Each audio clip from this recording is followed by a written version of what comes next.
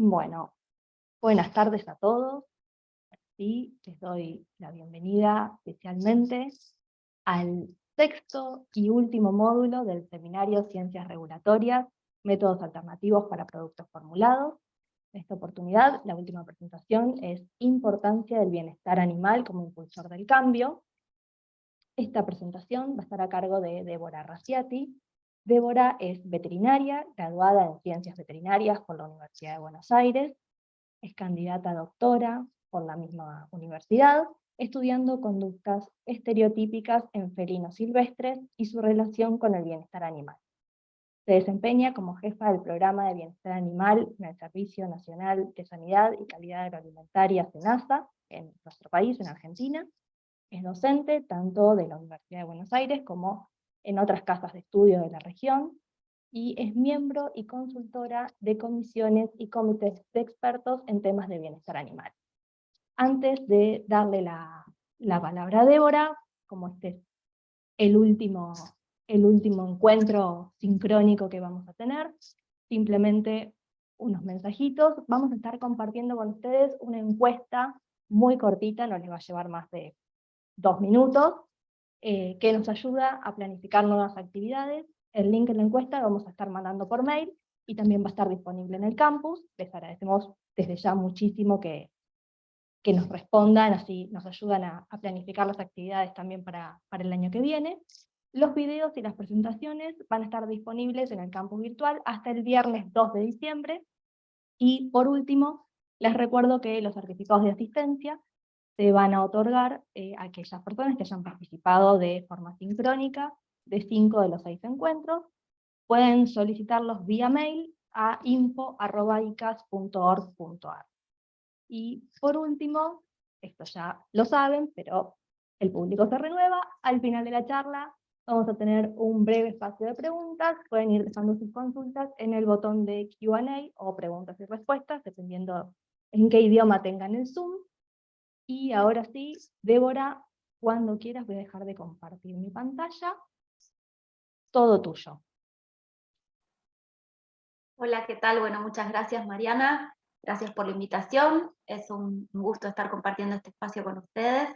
Y vamos a hablar, mientras comparto pantalla, les cuento, de un enfoque distinto al que se estuvo analizando en las presentaciones anteriores. ¿Se ve bien ahí, Mariana?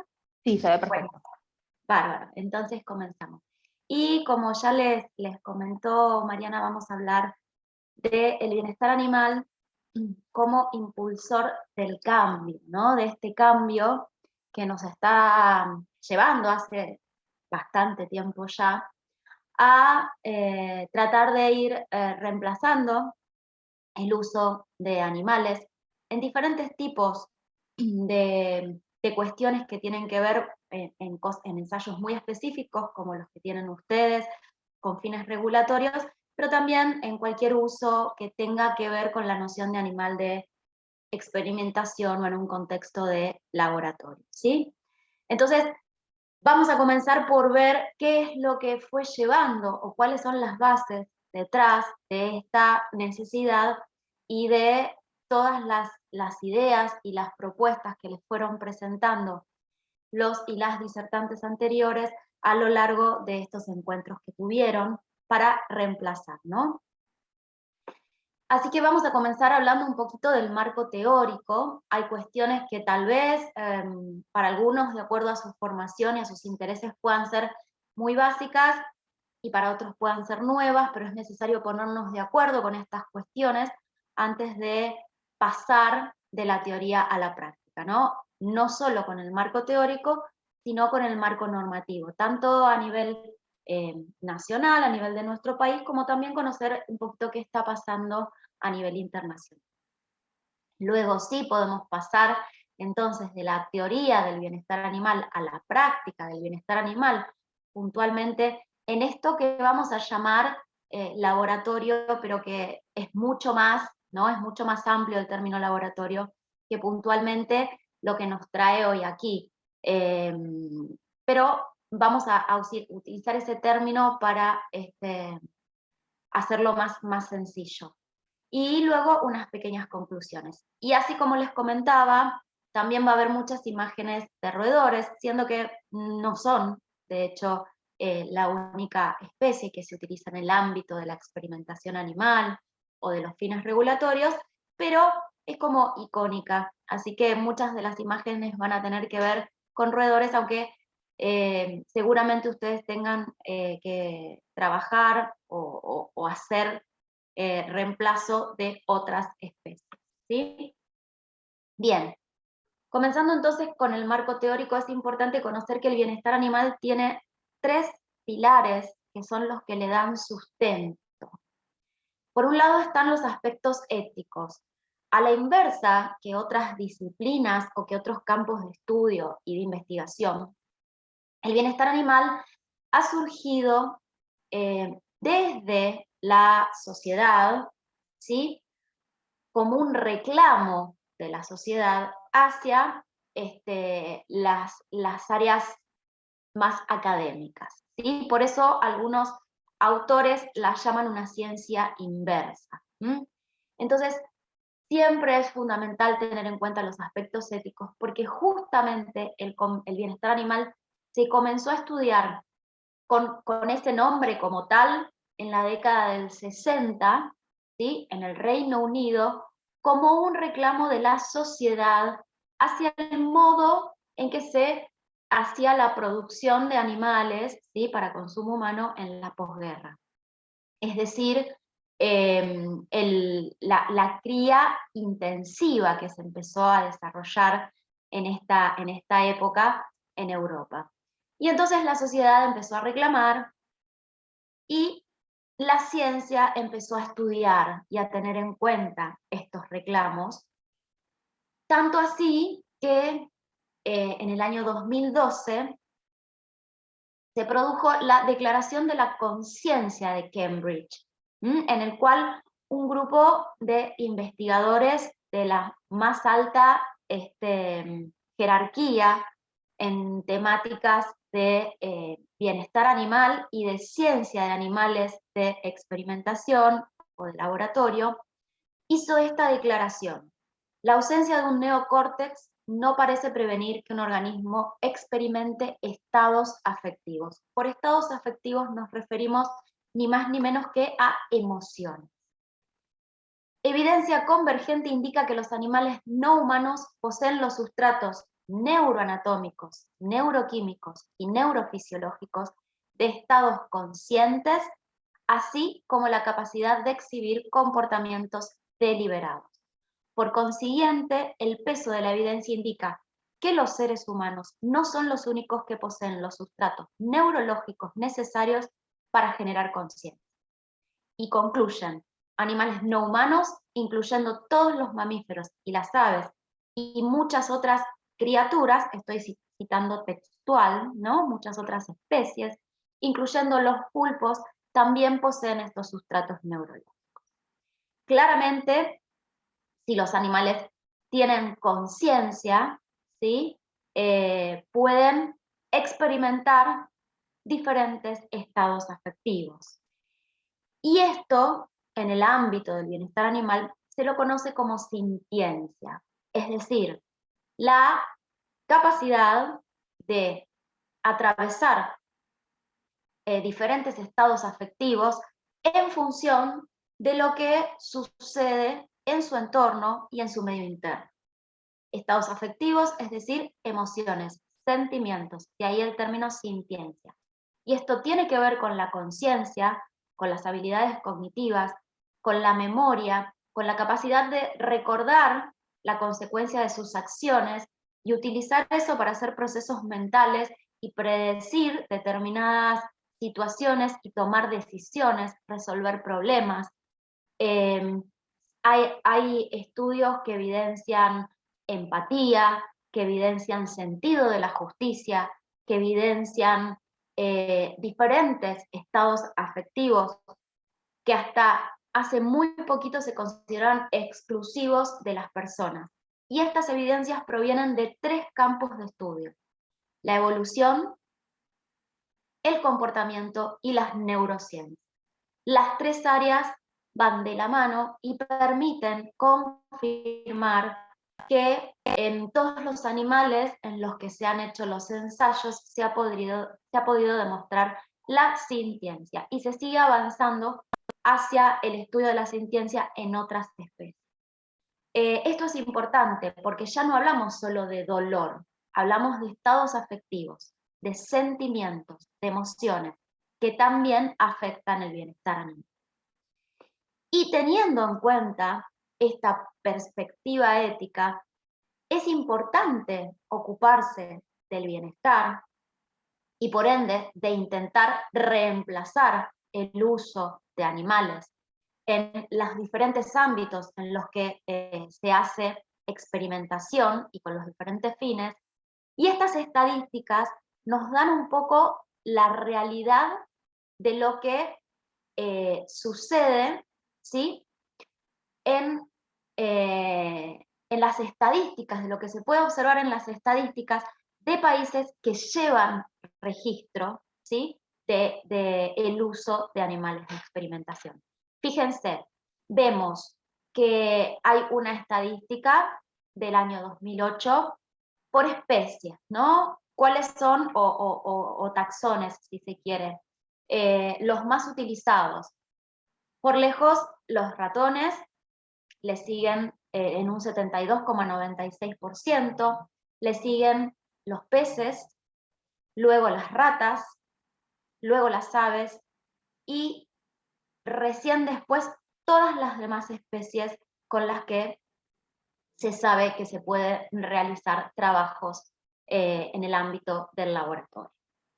Y el número total de procedimientos en ese año fue de 3.519.917, de los cuales, como podemos ver debajo, en color rosado, el 26% se realizaron con fines regulatorios, el 17% en investigación aplicada y el 56% en investigación básica.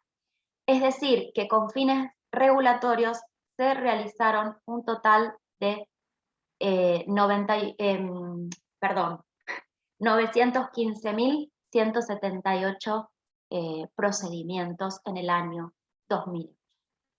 Y en el gráfico de la derecha podemos ver el total de procedimientos científicos que se han realizado en Gran Bretaña, ¿sí?, entre 1986 y el 2018.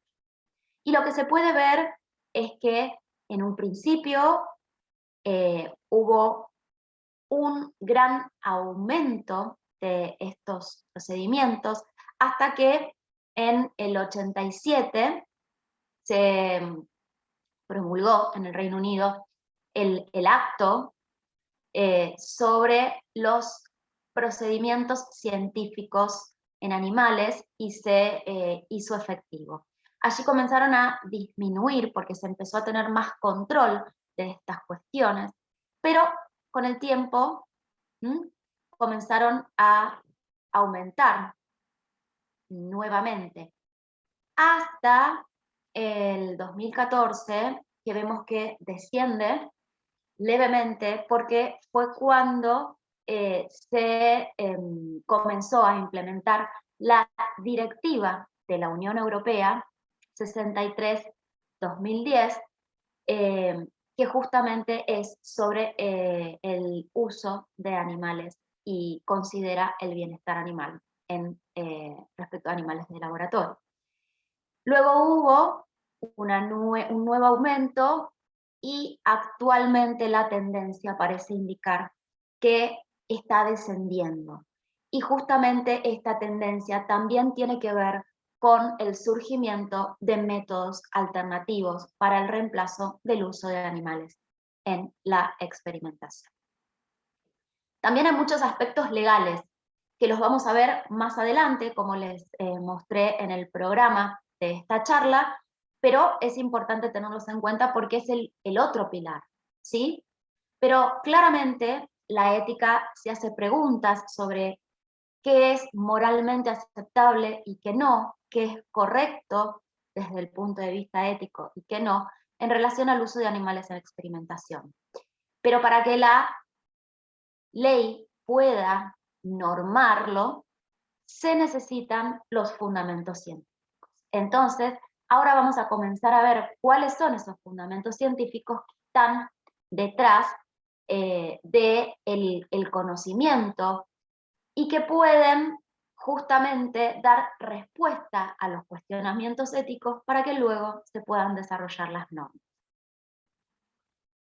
Primero tenemos que ponernos de acuerdo en la definición de bienestar animal. Aquí yo les traje la del profesor Brum, que es del año 86, que dice que es el estado de un animal en relación a sus intentos por hacer frente al ambiente. Esto es muy importante porque fíjense que el ambiente en el que suelen mantenerse los animales con fines de experimentación, como por ejemplo la foto de la izquierda, dista mucho del ambiente evolutivo de esas especies, como podemos ver en la foto de la derecha. Y esto para el bienestar animal es un problema, porque los animales tienen que desarrollar estrategias para poder hacer frente a un ambiente para el que no están preparados evolutivamente. Incluso hay un estudio muy interesante que se hizo también en, si mal no recuerdo, la Universidad de Cambridge.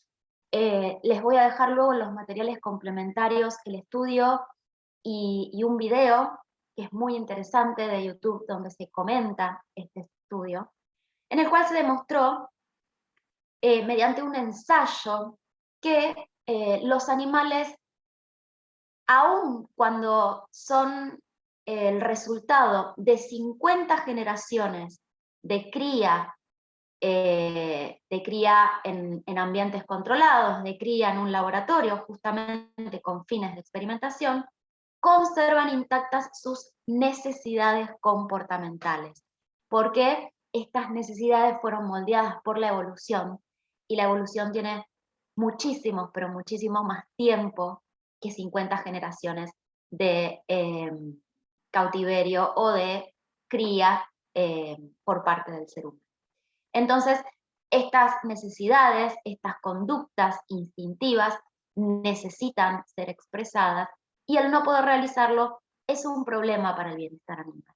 Entonces, vamos entendiendo que no solo nos importa el dolor, nos importa también la capacidad de los animales para expresar las conductas típicas de su especie. No solo nos importan las enfermedades y mantener a los animales sanos, sino también nos importa que puedan atravesar estados afectivos positivos. Y reforzando esta definición del 86 del profesor Brum, en el año 2018 la Organización Mundial de Sanidad Animal modifica su propia definición por una que está muy alineada con esta del profesor Brum, que es la que tiene mayor aceptación científica. Y la Organización Mundial de Sanidad Animal dice que el bienestar animal es el estado de cada animal, tanto físico como mental, en relación a las condiciones en las que vive y muere. ¿Qué hay de interesante en esto? Durante mucho tiempo hubo discusión de si ese estado al que se refería Brum era físico o mental, ¿no? Claramente Brum lo dejó más que claro en sus artículos, que hacía referencia a ambos, ¿sí? Pero había como esta especie de dilema de decir si lo importante es lo físico, si lo importante es lo mental.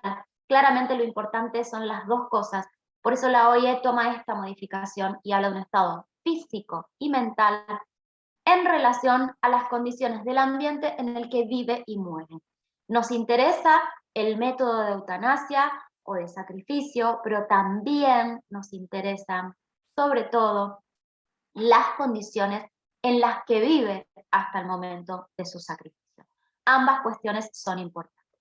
Y por supuesto, el que sea un estado nos dice que es algo propio del animal, no es algo que yo le pueda dar a los animales. No puedo ir y comprar en un proveedor bienestar animal, ¿sí?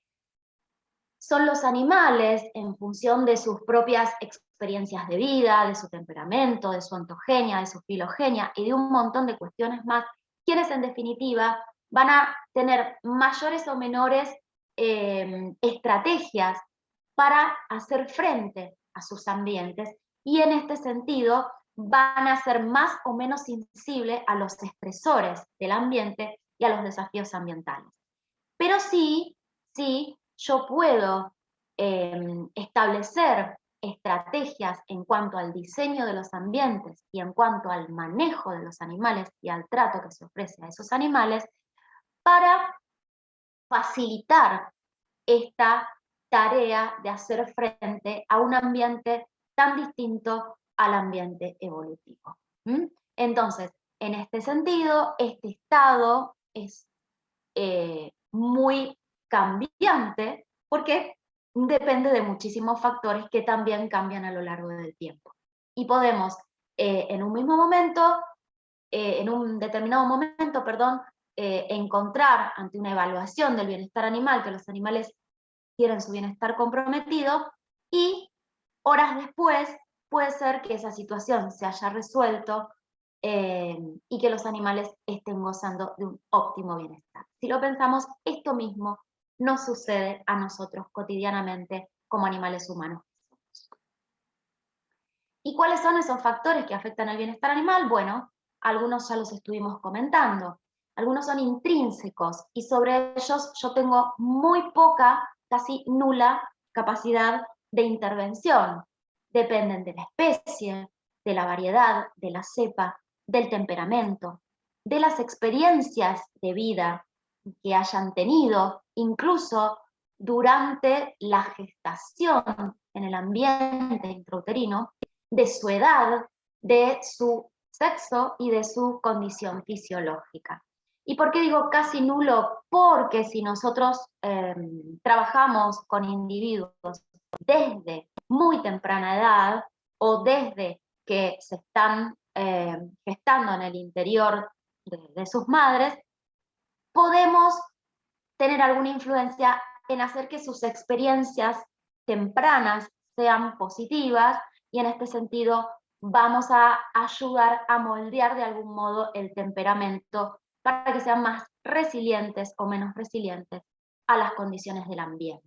¿Sí? Hay muchísimos estudios que hablan de esta cuestión. Pero también, más allá de estos factores intrínsecos propios del animal, y no solo del animal, sino del individuo, tenemos, como dijimos antes, las condiciones del ambiente y la relación humano-animal o el trato que los humanos hagan de esos animales, y en este sentido sí tenemos mucho por hacer y por mejorar. ¿Y qué va a determinar que estos factores tengan efectos insignificantes o efectos mayores sobre bienestar animal? Bueno, el objetivo de nuestra intervención sobre los animales y los procedimientos que deban realizarse sobre ellos, cómo sean las condiciones del alojamiento y cómo sea el manejo y el trato. En función de esto van a girar los resultados del bienestar animal, que son, en última instancia, los estados afectivos. Aquí les presento seguramente quienes hayan leído alguna vez o se hayan formado en cuestiones de bienestar animal, habrán escuchado hablar de las 5 libertades del bienestar animal, que hablan de la ausencia de dolor, heridas y enfermedades, la ausencia de sed, hambre y malnutrición, la ausencia de miedo y estrés sostenidos, la ausencia de incomodidad y la libertad para expresar las conductas típicas de la especie o necesidades comportamentales. Pues bien, es un buen marco teórico, es algo que nos permite tener en mente cuáles son los grandes aspectos sobre los que debemos preocuparnos por el bienestar animal, pero es una visión bastante idealista, ya que la ausencia de estrés no es compatible con la vida, la ausencia de miedo no es compatible con la vida, la ausencia de enfermedad, no existe vida sin enfermedad, no existe vida sin hambre, gracias al hambre se nos dispara la necesidad de comer. Entonces, es una visión un tanto idealista y extrema, difícil de abarcar.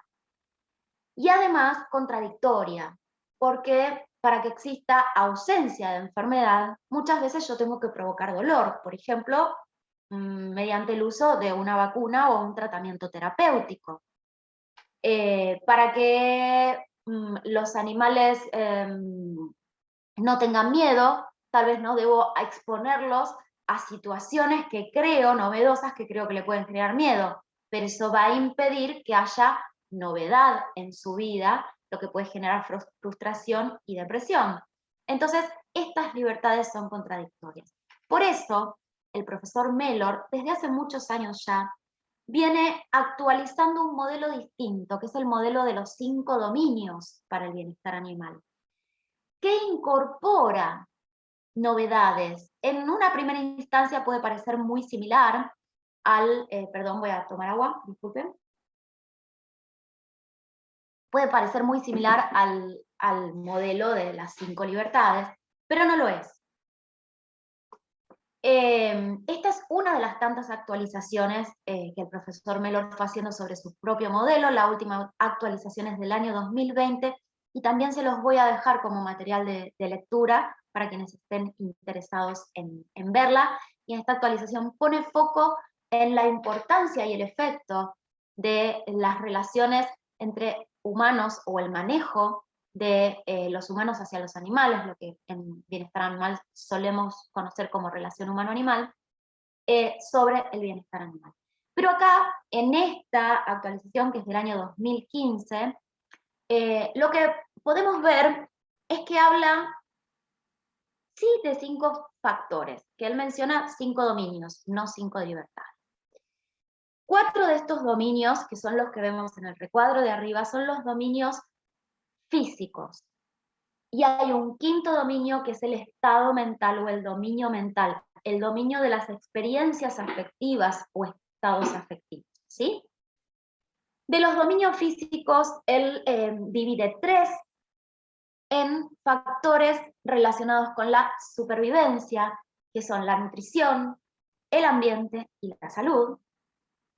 Y un cuarto factor, un cuarto dominio físico, que lo considera un factor relacionado con la situación. Y aquí habla del comportamiento, no solo del comportamiento del animal en su entorno, sino para con otros animales de su especie y de otras especies, y por supuesto en esas otras especies entramos los seres humanos o las personas. Pero también el profesor Mellor propone que cada uno de estos dominios puede tener una valencia negativa o una valencia positiva. Para ponerles un ejemplo y no extenderme mucho, vamos a tomar el dominio de la nutrición, que es uno de los más sencillos de abordar. En la valencia negativa estaría dada cuando existen restricciones en el consumo de agua, en el consumo de alimento, en la calidad del alimento y del agua, en la variedad del alimento y del agua, ¿sí? Y también cuando existe una alimentación forzada o una sobrealimentación voluntaria, porque esa sobrealimentación voluntaria nos está hablando de que alguno de los otros dominios no está bien, que puede ser el de la salud o el de los estados afectivos o el del comportamiento. Ustedes saben que ante un estrés crónico pueden presentarse afecciones o trastornos alimenticios, como ya sea una conducta alimenticia anormal que lleve a consumir sustancias no comestibles, como la anorexia, como la bulimia. Entonces, también sería una valencia negativa, una sobrealimentación voluntaria, así como la falta de apetito, ¿sí? La anorexia. Por otro lado, él menciona como valencias positivas las oportunidades de beber suficiente agua y de calidad, tener suficiente alimento balanceado en sus nutrientes, que haya una variedad en la alimentación y que se consuman adecuadas cantidades de alimento, ¿no? Lo contrario a lo que hablábamos recién. Entonces, fíjense que él propone estos estados o estas valencias positivas en verde y negativas en rojo en función de cada uno de los dominios. Y a su vez propone que el estado o la valencia de cada uno de estos dominios en su conjunto va a impactar en el dominio mental, pero a la vez el dominio mental puede impactar en los dominios físicos, ¿sí? Un estrés crónico me puede dar una inmunosupresión y me puede dar un problema de salud. Entonces, todos esos estados mentales, que algunos pueden ser positivos y otros pueden ser negativos, van a estar en juego. Y nosotros lo que vamos a buscar en la ciencia del bienestar animal es que exista un equilibrio en los estados mentales, resultados de los dominios físicos, que sea favorable para el bienestar animal. Es decir, que ese equilibrio esté a favor de los estados mentales positivos. No va a haber ninguna vida posible en la que no exista nunca un estado mental negativo, pero sí el equilibrio tiene que estar dado hacia las valencias positivas. Bien, entonces, esto es un poco, ya lo estuvimos conversando desde el punto de vista de la nutrición. Acá les puse otros ejemplos desde el punto de vista del ambiente que ustedes pueden ir leyendo, ¿sí? Pero básicamente tiene que ver con el macro y el microambiente que se puede dar en un ambiente como es el laboratorio o los lugares donde se realizan las pruebas necesarias con fines regulatorios, ¿sí? Pero no solo quiero detenerme aquí en cada uno de los factores que hacen al macro y al microambiente, que ustedes conocen a la perfección, sino también fíjense que habla como condiciones disponibles para el bienestar positivo, la variabilidad ambiental y la predictibilidad, ¿no? Un equilibrio entre esto. En principio parece contradictorio. A ver, un ambiente con amplia variabilidad claramente no es predecible. Bueno, justamente lo que hay que lograr para el bienestar animal son ambientes en los que aquellos estímulos que puedan ser percibidos como negativos para el animal, por ejemplo la manipulación, sean predecibles de algún modo, mediante señales, existen dos tipos de predictibilidad, básicamente la señalizada y la temporal.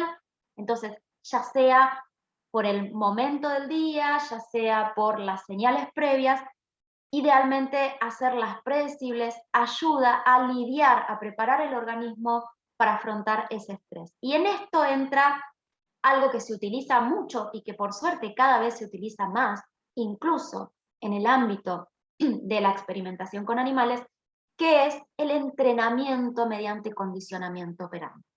Esto hace que los animales puedan predecir que va a venir una maniobra negativa o un estímulo negativo y puedan colaborar en esa maniobra o esa situación, porque luego saben que viene algo positivo, un refuerzo, ¿sí? Un premio. Y por otro lado, con variabilidad ambiental, como les decía en principio parece opuesto a la predictibilidad, pero no lo es, nos referimos ni más ni menos que al enriquecimiento ambiental, es decir, a la ausencia de monotonía, porque la monotonía lleva a frustración, aburrimiento y puede disparar alteraciones de la conducta como las estereotipias en un extremo del espectro o la depresión en el otro extremo. Y esto se logra, como vamos a ver más adelante, con el enriquecimiento ambiental. Y por supuesto, entonces, las condiciones que hay que evitar para que el bienestar no sea negativo es la monotonía ambiental y los eventos impredecibles, sobre todo cuando estos son negativos para el animal, ¿sí? Cuando esto es inevitable, el bienestar va a ser negativo. De salud no hay mucho más para profundizar, porque esto es algo que siempre es tenido en cuenta, casi siempre no suele haber dudas ni falta de conocimiento en relación a qué es positivo y qué es negativo para el bienestar animal. Sí me quiero detener también un poquito más en el comportamiento, y está bastante relacionado con todo lo que veníamos diciendo, ¿no?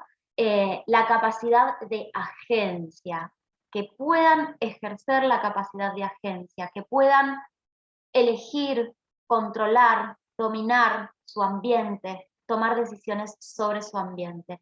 Es central para el bienestar animal. Entonces, para eso se necesita ofrecer desafíos ambientales variados, novedosos y atractivos, estímulos sensoriales agradables, oportunidad de elección, de movimiento libre, de exploración, forrajeo, comportamiento social afiliativo y maternofilial, juego, actividad sexual, uso de refugios, evitación, escape y ataque defensivo y descanso suficiente.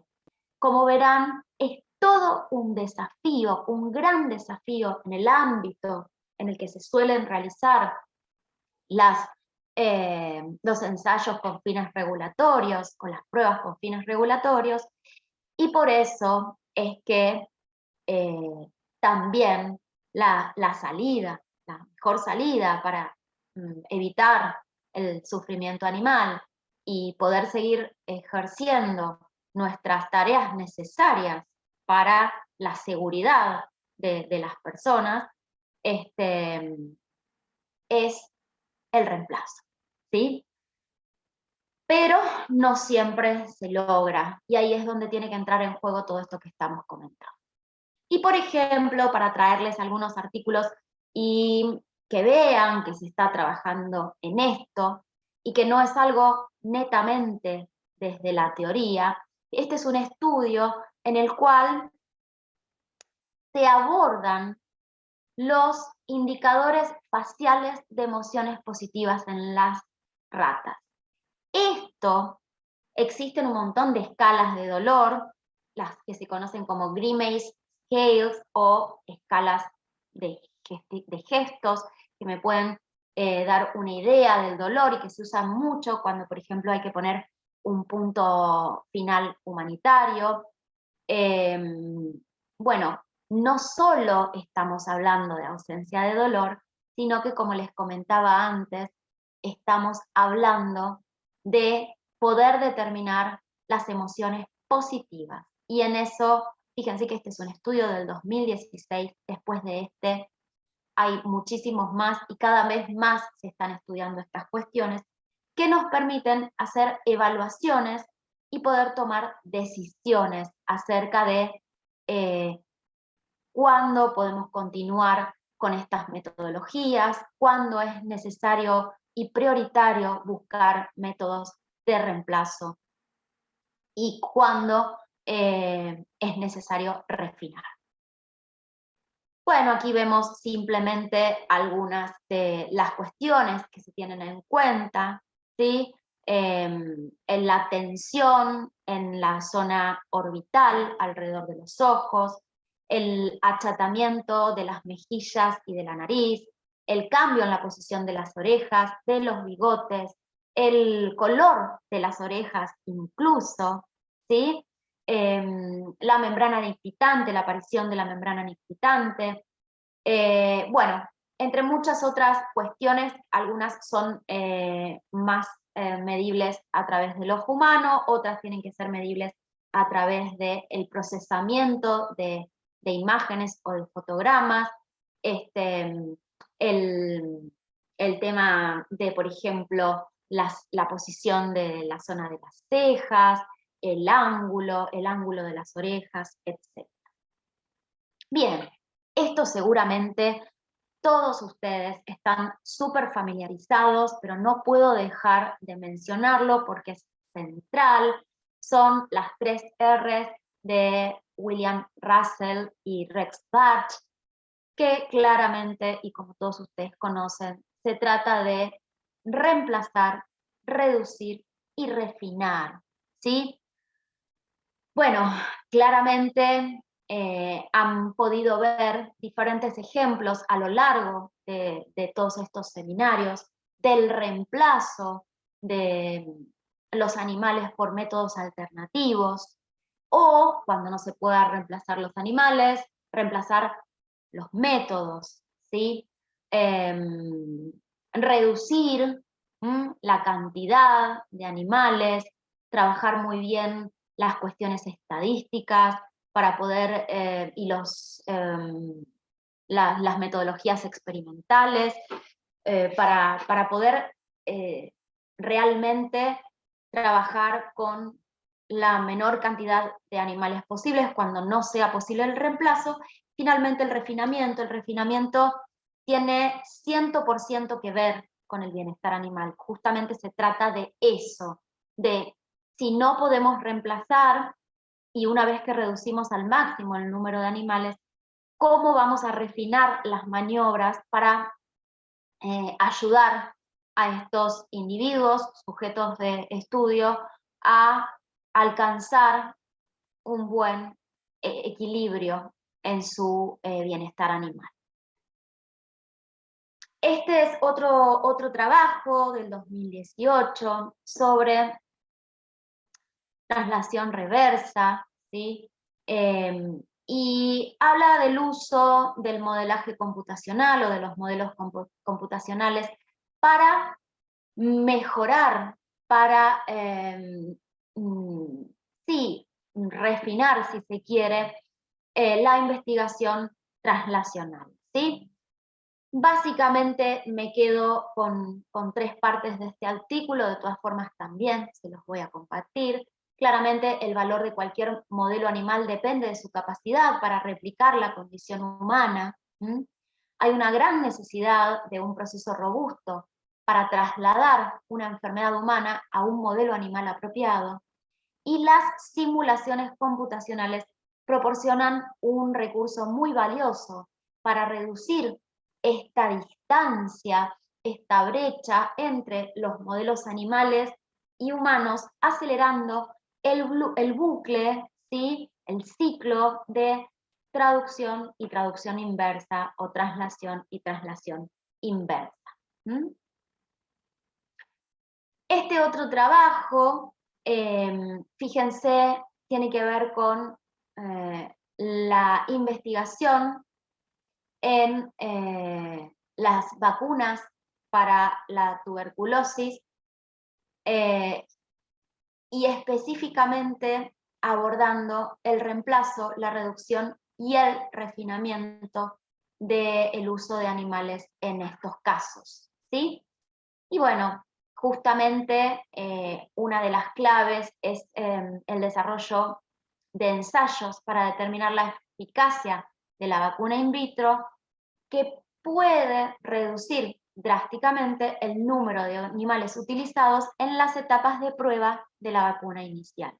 Entonces fíjense cómo cada una de las etapas se conectan: reemplazo, reducción y refinamiento, y a veces nos parece que, bueno, ok, reemplazamos y ya está, pero puede ser que en otra etapa de la cadena no sea posible el reemplazo. Entonces siempre todos tenemos que tener presentes las 3 R. Y no solo la R de refinar, que como les decía, es la que está más en línea con el bienestar animal, porque es la que se nutre de la ciencia del bienestar animal, ¿no? Por supuesto que la reducción y el reemplazo también se alinean con el bienestar animal, pero el refinamiento se nutre del conocimiento científico sobre la ciencia del bienestar animal. Y aquí les traje la definición de la Organización Mundial de Sanidad Animal, anteriormente conocida como OIE, actualmente como OMSA, ¿sí? Cambió su nombre hace muy poquitos meses, así que puede ser que a mí se me escape decirles OIE porque es la costumbre, pero claramente define refinar como todos aquellos métodos que permiten prevenir, aliviar o reducir al mínimo cualquier, y fíjense esto, dolor, angustia, malestar o daños duraderos, conocidos y eventuales, y o mejorar el bienestar de los animales utilizados. Directamente menciona al bienestar animal. Y por supuesto, tiene en cuenta la noción de sintiencia, ¿sí?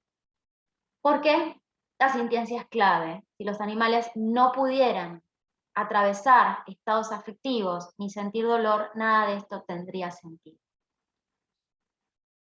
Y en el año 2019, la Asociación Internacional del Estudio del Dolor, conocida como IASP o IASP, modificó su definición de dolor. Y fíjense qué interesante esto. El dolor es una experiencia sensorial y emocional, aversiva, típicamente causada o similar a la causada por una lesión tisular real o potencial. Ojo con esto, ojo con el dolor si bien existen escalas y son muy importantes para entender el dolor, hay que usarlas esas escalas. No podemos suponer que algo, una maniobra, puede ser más o menos dolorosa, porque aquí hay una cuestión individual. Fíjense que estamos hablando de experiencias sensoriales y emocionales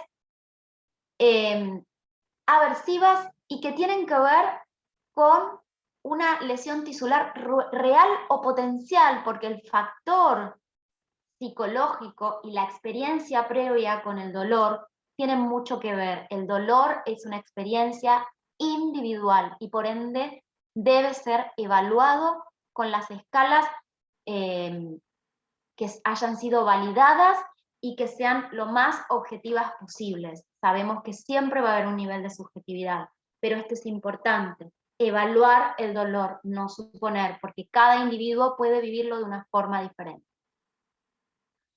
Bueno, aquí otro ejemplo, otro artículo, en este caso calor o insolación, y habla de la importancia de lo comportamental para los ratones, ¿sí?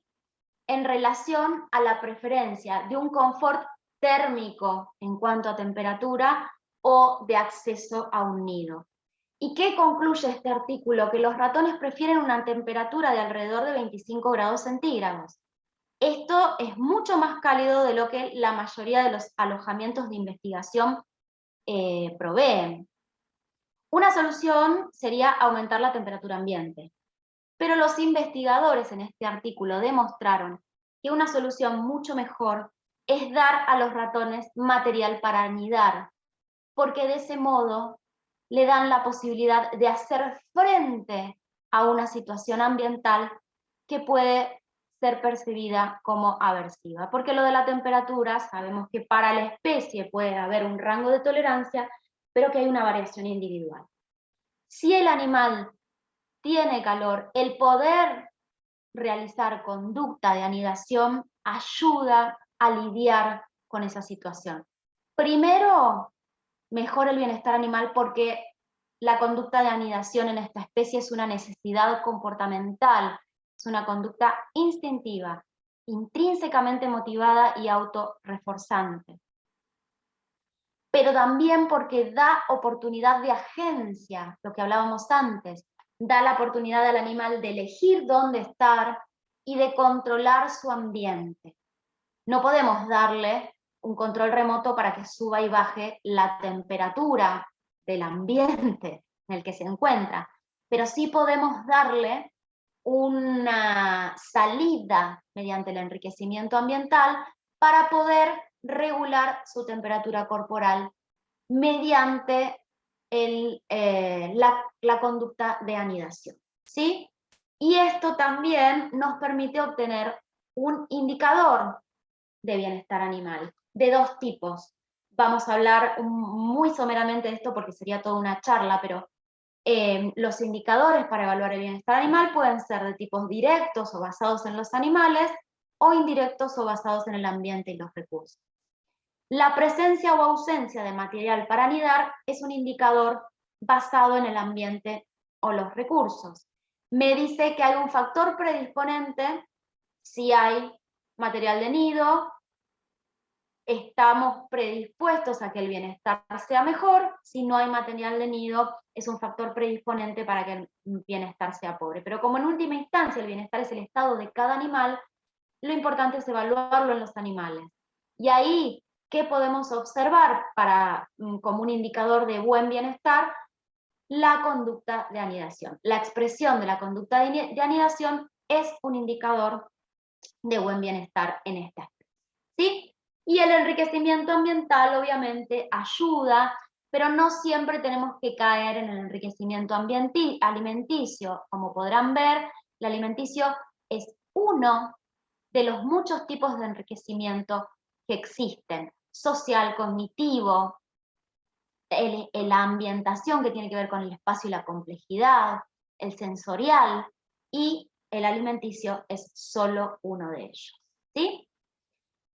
Y no solo la ciencia ha avanzado en este sentido, sino que también se siguen replanteando cuestiones éticas, y estamos hablando de nuevas R's, como la R de responsabilidad, que tiene que ver con mejorar la vida social de los animales, continuar desarrollando bases científicas sólidas sobre sintiencia, dolor, conciencia e inteligencia, comprometerse proactivamente en la profesionalización del discurso público sobre ética animal, e incluye la responsabilidad social y ambiental. Otras de las nuevas R's es la de rehabilitar, que tiene en cuenta el cuidado posterior y o la rehabilitación de los animales post-experimentación, cuando la experimentación no implique el sacrificio o la eutanasia, mejor dicho. Y la reproducibilidad y robustez, que están implícitas dentro de lo que llamamos reducción, porque tiene que ver con esto, ¿no? Con el mejorar los modelos y la metodología experimental, y también estrictamente las cuestiones estadísticas sobre la cantidad de animales a utilizar. Bien, el marco normativo es muy escueto en nuestro país. Lamentablemente aún no hay una norma específica que hable sobre el bienestar de los animales utilizados con fines regulatorios y otros fines de experimentación. Tenemos la Ley Nacional 14.346, que es la que se conoce como Ley de Protección Animal, que es del año 54, está obsoleta y está en proceso de modificación. Actualmente vamos a ver qué sucede, pero se está tratando en Cámara de Diputados. La disposición ANMAT 6677 del 2010, que es el régimen de buena práctica clínica para estudios de farmacología clínica. La otra disposición de ANMAT, que es la 6344 del 97, que es la reglamentación para bioterios de laboratorios y elaboradores de especialidades medicinales y o del análisis para terceros. La resolución SENASA 617 del año 2002, que son los requisitos, condiciones y procedimientos para la habilitación técnica de laboratorios que posean bioterios de producción, mantenimiento y experimentación. Y finalmente comentarles rápidamente que desde el año 2012 varias entidades estuvieron trabajando en un anteproyecto de ley del uso de animales de experimentación, que estaba muy avanzado, que tuvo media sanción en diputados, pero que luego no atravesó la instancia de senadores y perdió estado parlamentario. Esto es una necesidad urgente en nuestro país, y se ha vuelto a tomar este tema y se está tratando de que se pueda evaluar nuevamente en diputados para que finalmente pueda ser tratado en Senado. A nivel internacional, como les comenté, la Organización Mundial de Sanidad Animal es la que rige, ¿sí?, las directrices sobre bienestar animal para los 182 países miembros. Puede que este año se haya sumado alguno, se haya bajado alguno, pero son alrededor de esos. La Argentina es país miembro y por tanto se rige por estas directrices y normas, ¿sí? Y entre estas normas, dentro del Código Sanitario para los Animales Terrestres, el capítulo 7.8 aborda la utilización de animales en la investigación y en la educación, y también se los voy a dejar como método como método, perdón, como material de lectura para quienes quieran profundizar. A grandes rasgos, no nos da el tiempo para profundizar en todo esto, pero habla de la garantía de formación y competencias, de la atención veterinaria, que incluye responsabilidad clínica, examen post-mortem, registros, asesoría sobre riesgos zoonóticos y enfermedades de declaración obligatoria, asesoría sobre analgesia, anestesia y eutanasia, en materia de puntos finales sin crueldad o puntos finales humanitarios. También la procedencia de los animales, las instalaciones y condiciones ambientales, las cuestiones que tienen que ver más con la zootecnia, en las que entra el enriquecimiento ambiental, que es lo que ustedes ahí tienen abreviado como EA, ¿sí? Pero también la manipulación. Sobre la manipulación se ha estudiado mucho y se han mejorado mucho las técnicas de manipulación, y aquí les traigo algunos videos que muestran algunas estrategias de enriquecimiento ambiental que pueden desarrollarse en el ámbito de los ambientes controlados, que implican los ensayos con fines regulatorios o las experimentaciones con animales, ¿sí? Vemos diferentes ejemplos. Sí. Perdón, Débora, son las 4. Perfecto, muchas gracias. No, Vemos no. diferentes ejemplos, aquí vemos otro. En principio todo esto parece a veces un poco alejado de algunas de las realidades que se viven en los ámbitos institucionales de la Argentina. Parecen tener un nivel de inversión que a veces puede parecer inalcanzable, ¿sí? Para, como les decía, la realidad de la mayoría, no digo de todos, las instituciones públicas o privadas que existen en la Argentina, pero también vamos a ver más adelante imágenes de nuestro propio país. En este caso a mí lo que me interesa que vean es cómo hay cosas que son muy sencillas. Estos son ganchitos de carpeta, ¿sí? Que se pueden esterilizar, que se pueden, ocupan poco espacio, y fíjense cómo los animales se involucran e interactúan. Acá vemos cadenitas que enganchadas también con los mismos ganchitos de carpetas. Son cadenitas de las que se usan, se consiguen muy fácilmente, a veces están en los tapones de las piletas, en fin. Y acá vemos fotos, estas dos que les voy a mostrar son gentileza de la doctora Agustina Resacco, que trabaja en el Laboratorio de Animales de Experimentación de la Facultad de Ciencias Veterinarias de la Universidad Nacional de La Plata. Y fíjense, tenemos un maple de huevos, papel tisú, no, son cosas muy sencillas, incluso cosas de descarte que fácilmente se pueden conseguir. Acá vemos otra cosa, barbijos, vemos el rollito, el cartón del rollito de papel de cocina o de papel higiénico. En fin, la voluntad es más importante que los recursos muchas veces. El transporte también está incluido en este capítulo del Código Terrestre, y todo lo que hace al transporte, el origen, el modo, las condiciones, la documentación, el plan de viaje, el diseño y construcción del contenedor, la temperatura, los alimentos y el agua, la manipulación y el manejo, y el momento de la entrega. Bien, ¿cómo pasamos de la teoría a la práctica? Porque nos quedan 15 minutos. Lo más importante, o una de las dos cosas que a mi criterio, y después de varios años de trabajar asesorando diferentes bioterios o comités de éticas, son centrales en la cuestión de evaluar y planificar. Por supuesto, primero, como dijimos, reemplazar, reducir, y cuando no sea posible reemplazar, por supuesto, reducir y refinar. Y para refinar tenemos que poder evaluar y planificar, ¿sí? Para poder evaluar primero hay que definir indicadores. Para eso hay que conocer los antecedentes y la bibliografía sobre la especie en cuestión, y también utilizar preguntas disparadoras, ¿sí? Y estas preguntas van a tener que ver con el modelo de los 5 dominios y con cada una de las cosas que yo les fui mostrando y que les voy a compartir en el material de lectura sobre los 5 dominios. que tienen que ver ni más ni menos con identificar los diferentes tipos y fuentes de sufrimiento o de estrés que pueden ocurrir, que tienen que ver con sonidos, iluminación, olores, alteración de la conducta alimenticia, restricción de movimiento, alteración del grupo social, microorganismos que puedan enfermarlos, sustratos, dolor, manipulación, temperatura y humedad, entre otros, ¿sí?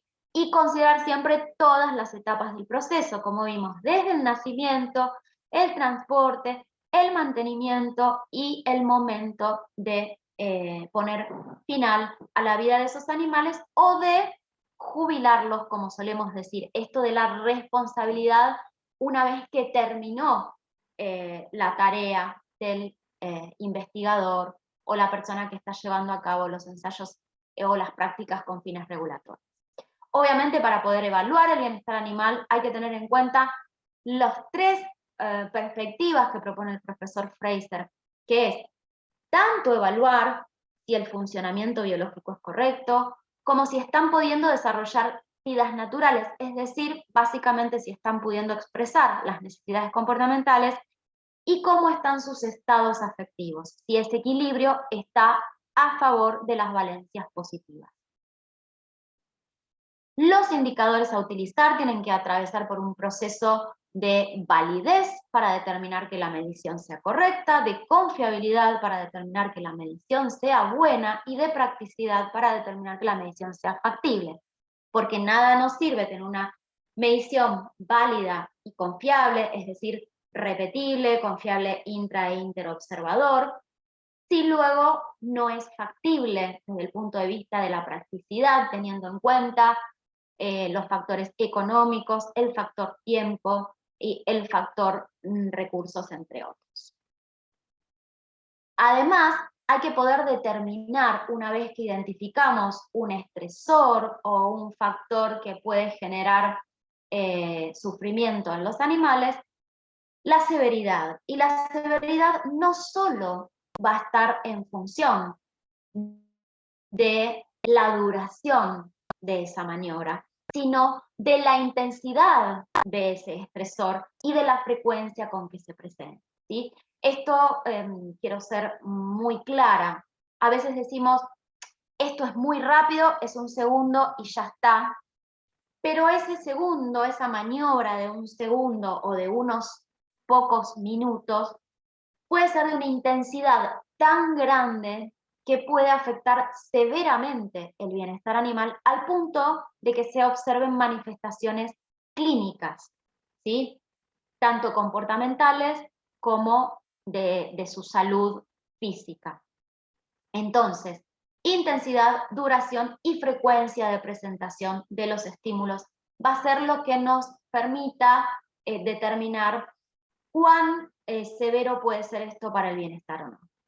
Y por supuesto, existen escalas de valoración que pueden ser utilizadas, en este caso estamos viendo las utilizadas en los procedimientos, la severidad de todos los procedimientos que se realizaron en Gran Bretaña en el 2016, y fíjense que arriba están los severos, los moderados, los leves, los que no permiten o no necesitan, perdón, recuperación, y los que están por debajo del umbral, ¿sí?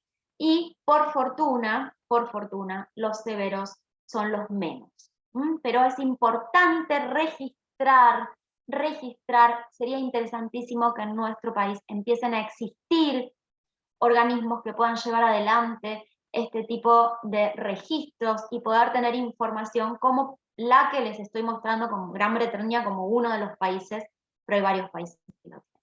Entonces dijimos, definir indicadores, luego medir y evaluar para poder conocer la situación en la que estamos, analizar considerando el contexto en el que estamos y en función de ese análisis desarrollar objetivos y establecer un plan, ¿sí? ¿Qué nos permite esto? Priorizar en función de la urgencia, de la importancia y del impacto de cada una de las estrategias que nosotros planteemos, en qué orden deben ser llevadas adelante. Pero además de evaluar y analizar, tenemos que formar competencias. La capacitación del personal es una de las cosas más económicas y que más rápidamente tiene efectos positivos sobre el bienestar animal. Entonces, primero tenemos que identificar las necesidades de capacitación en el personal, realizando encuestas, entrevistas, recorriendo las instalaciones. Luego planificar esas capacitaciones teniendo en cuenta objetivos, materiales, estrategias didácticas, tiempos y recursos. Implementarlas con el fin no solo de capacitar, sino también de sensibilizar, ¿sí? De aumentar la empatía. Muchas veces nuestros trabajos hacen que nos vayamos acostumbrando y vayamos perdiendo la sensibilidad ante determinadas cuestiones, y entonces es importante trabajar en la sensibilización del personal, y por supuesto es fundamental evaluar antes, durante y después de la capacitación, tanto de forma inmediata como de forma diferida. Un ejemplo que les traigo yo es el trabajo de capacitación que se viene realizando con el laboratorio de Martínez, del SENASA, ¿sí? Donde se realizan diferentes tipos de pruebas, de ensayos, de trabajos con fines regulatorios y no regulatorios. Y bueno, esta fue una de las tantas capacitaciones que hemos dictado. Lo que me parece importante mostrarles son estos resultados, ¿no? Luego de realizar la capacitación, se le consultó, esto fue al año de realizar la capacitación, al personal que nos diga los cambios que lograron implementar o que vieron en su espacio de trabajo luego de la capacitación, y que califiquen esos cambios en un grado, siendo 1 el grado más bajo y siendo 10 el grado más alto de cambio, ¿sí? Y estos fueron los resultados. La mayoría de los cambios se dieron en un grado de 7, 8 y 9, o sea, se vieron bastantes cambios bastante intensos, obviamente cambios para bien estamos evaluando y no cambios para mal, ¿no? Y entre los cambios realizados, las respuestas más comunes fueron la incorporación de evaluaciones del bienestar animal, los cambios en las maniobras, en cómo manipulaban a los animales, y la incorporación del enriquecimiento ambiental, entre otras respuestas, ¿sí? Y también les preguntamos en los casos en los que no se habían dado cambios, que ha habido respuestas que calificaron los cambios de muy bajos o de ausentes, bueno, ¿cuáles eran las causas que ellos consideraban que impedían que se realicen esos cambios? La respuesta más frecuente fue la falta de insumos, le siguió la falta de recursos económicos, que está altamente relacionada con la falta de insumos, la falta de compromisos de los pares y la falta de tiempo, ¿sí? Fíjense que son muy pocas las respuestas, pero es interesante también analizar esto, ¿no? Bien, para ir concluyendo y no extendernos más del tiempo que nos ha sido asignado, que me parece que creo que venimos bastante bien, me parece importante resaltar esto, ¿no? ¿Por qué estamos hablando de bienestar animal en esta serie de seminarios que tienen que ver con los métodos de reemplazo? Si los reemplazamos no nos estaría preocupando, ¿no?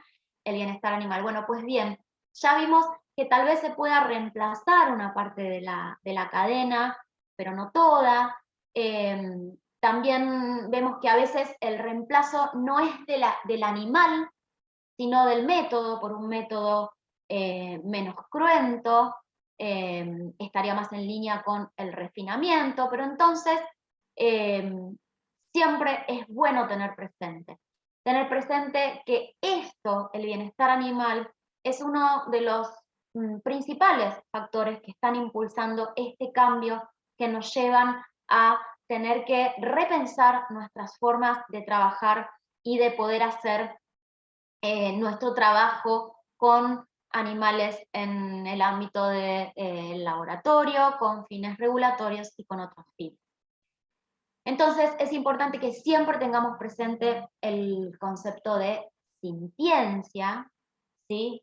Fundamental tener presente el concepto de sintiencia, no dejar que nuestro trabajo cotidiano nos endurezca y nos haga perder la capacidad de empatía hacia otros seres vivos que no son las personas, y que podamos tener siempre presentes que tienen los sustratos neurofisiológicos y anatómicos que les permiten sentir dolor, pero también atravesar estados afectivos positivos, como la alegría, como la felicidad, o negativos, como el miedo, el sufrimiento, la frustración, etc.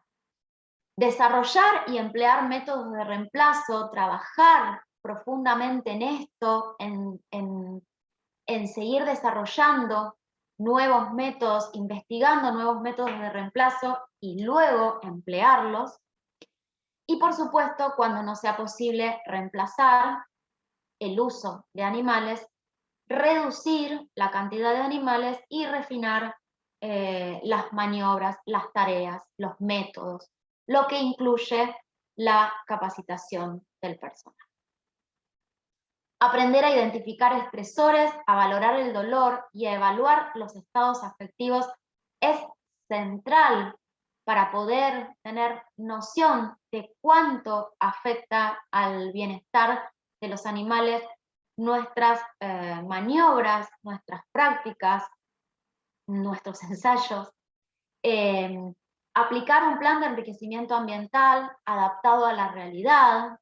Podemos tener recursos para hacer cosas impresionantes y tener jaulas divinas o cajas divinas, o simplemente podemos recurrir a nuestro ingenio y a el reutilizar elementos de descarte, siempre evaluando que no puedan generar un daño a los animales y que en los casos que se lo requiera puedan esterilizarse. Por supuesto, evaluar el bienestar animal, que está en línea con aprender a identificar estresores, valorar el dolor y evaluar los estados afectivos, pero también evaluar las necesidades del personal, porque si el personal no está bien, no pueden estar bien los animales, y también evaluar las necesidades de capacitación del personal. Y una vez que se las haya evaluado, sensibilizar, capacitar y entrenar al personal. Me despido entonces, o cierro esta presentación, no me despido porque estoy abierta a preguntas y a consultas, con esta frase del famoso artículo de Russell y Barthes de 1959, que dice: los mayores logros científicos siempre han sido los más humanos o los más humanitarios, ¿no? Me parece que esto es clave en nuestro trabajo cotidiano. Así que muchas gracias por su atención. Ahí les dejo mis 2 direcciones de correo y estoy abierta si tienen alguna pregunta, algún comentario o algo que compartir. Bueno, muchísimas gracias, Débora, muy clara la presentación. Voy a saltar directamente a las preguntas.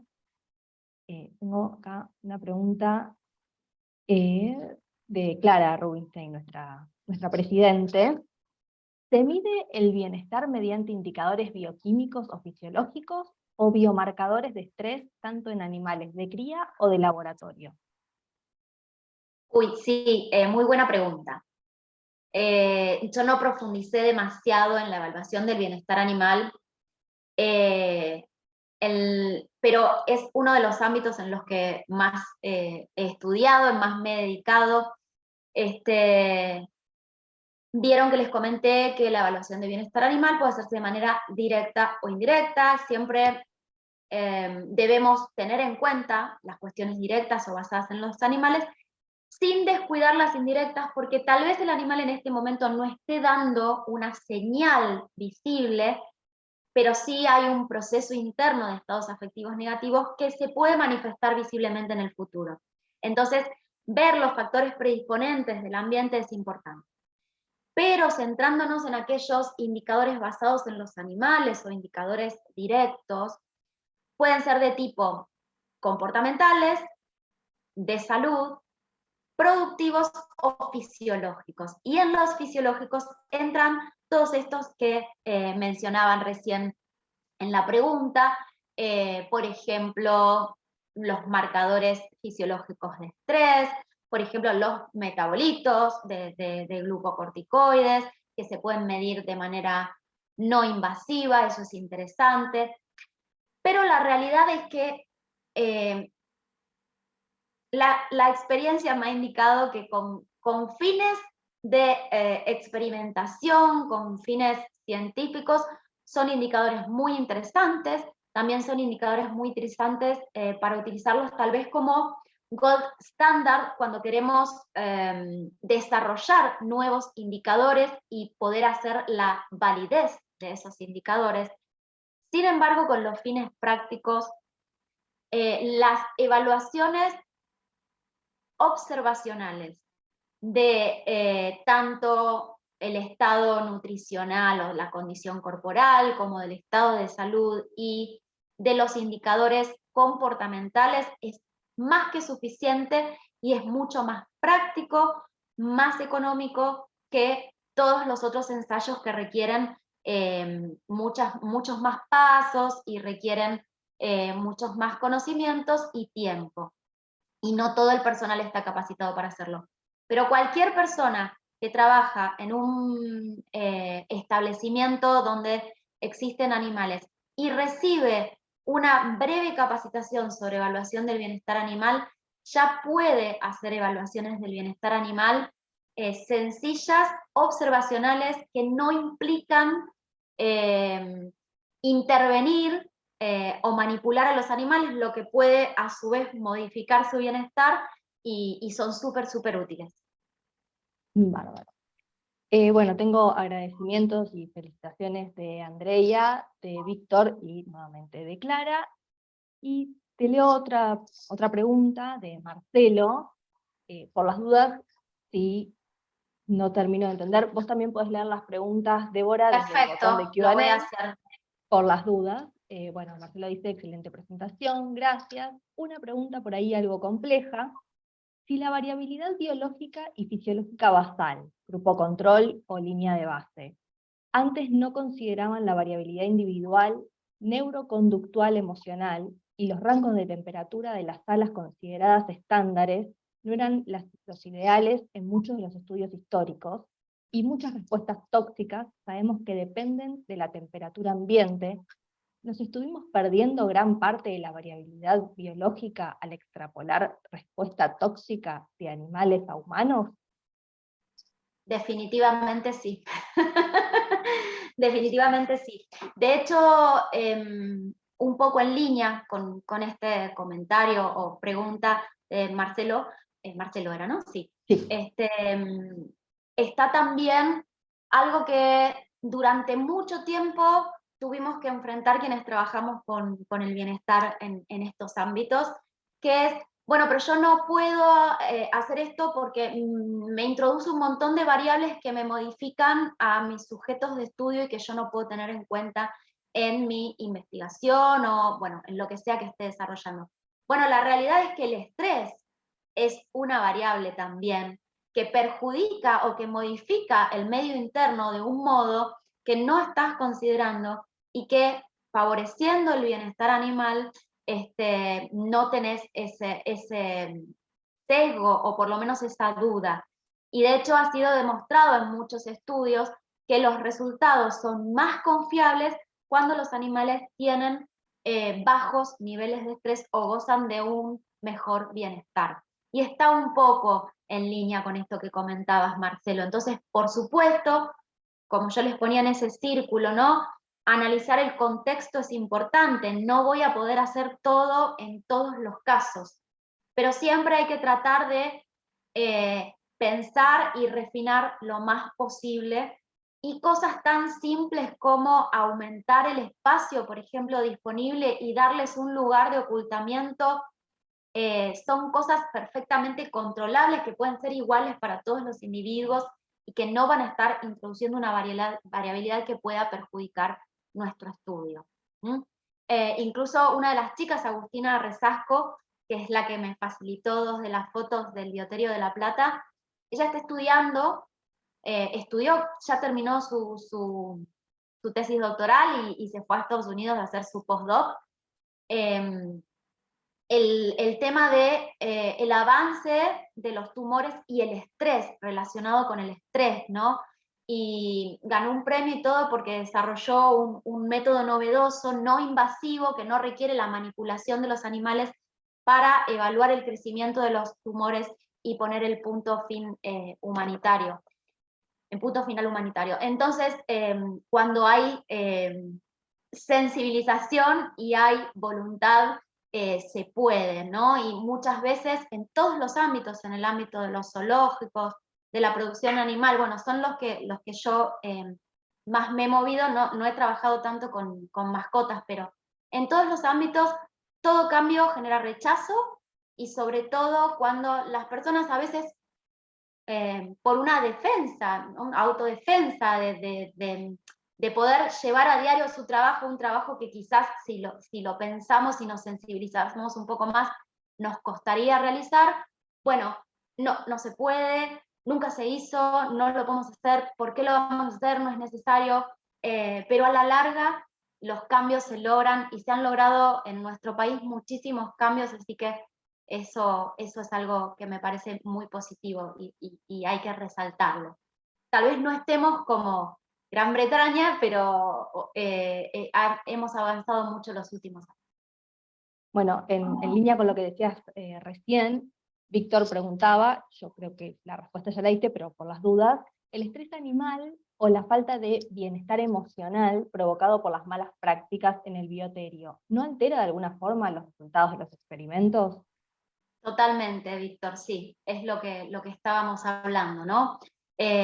Todo hay que ponerlo en contexto, hay que analizarlo, pero sí, definitivamente altera, y estamos haciendo pruebas en un sujeto cuyo ambiente interno no es el que después van a tener los otros sujetos, ¿no? Entonces, es algo a tener muy en cuenta.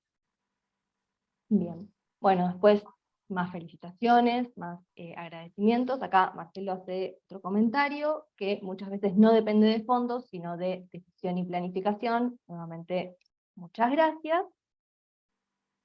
Y bueno, por yo les tengo ahora, que agradecer a ustedes porque para mí era, se lo dije a Mariana, un gran desafío. Me puse a ver anoche las charlas anteriores y la verdad es que yo no he trabajado puntualmente realizando estudios con fines regulatorios, sí se hacen en el SENASA, sí trabajamos de codo a codo, yo estoy a cargo del programa de bienestar animal que asesora un poco al CICUAL del SENASA de Martínez. También he participado en el desarrollo de este proyecto de norma que lamentablemente no se pudo llevar adelante, pero era un gran desafío para mí poder hacer esta presentación. Espero que la hayan encontrado interesante y agradezco muchísimo todos sus comentarios y su interés y el haberse quedado hasta el final. no, muchas gracias a vos, Amalia. Bueno, Amalia es miembro de nuestra comisión directiva y miembro, voy a decir histórico, pero no por nada, de nuestro grupo de análisis de riesgo y toxicología, que bueno, fue el encargado de organizar esta actividad. Amalia, si querés decir algo para... Tenemos 2 minutos y cerramos y 30 en horario, y es hermoso. Solamente agradecer, la verdad, excelente presentación, Débora, fantástica, así como a todos los disertantes, las buenísimas presentaciones, el conocimiento que nos han brindado a todos fue realmente excelente. Agradecer al staff de ICAS por la organización impecable como siempre. Una de las misiones de ICAS es la comunicación de temas científicos de punta, y estos son temas científicos de punta, así que un orgullo pertenecer a la institución y Y bueno, haber participado, aprendí un montón de haber participado de este seminario, y también agradecer a CASAFE que apoyó la realización del evento también. Así que gracias a todos. Muchas gracias a todos, Débora, de nuevo, muchas gracias, muy clara la presentación, y creo que con esto ya podemos dar por finalizado el seminario exitosamente. Bueno, muchas gracias a todos. Muchas gracias a ustedes también. Adiós. Hasta luego. Adiós. Chao, chao.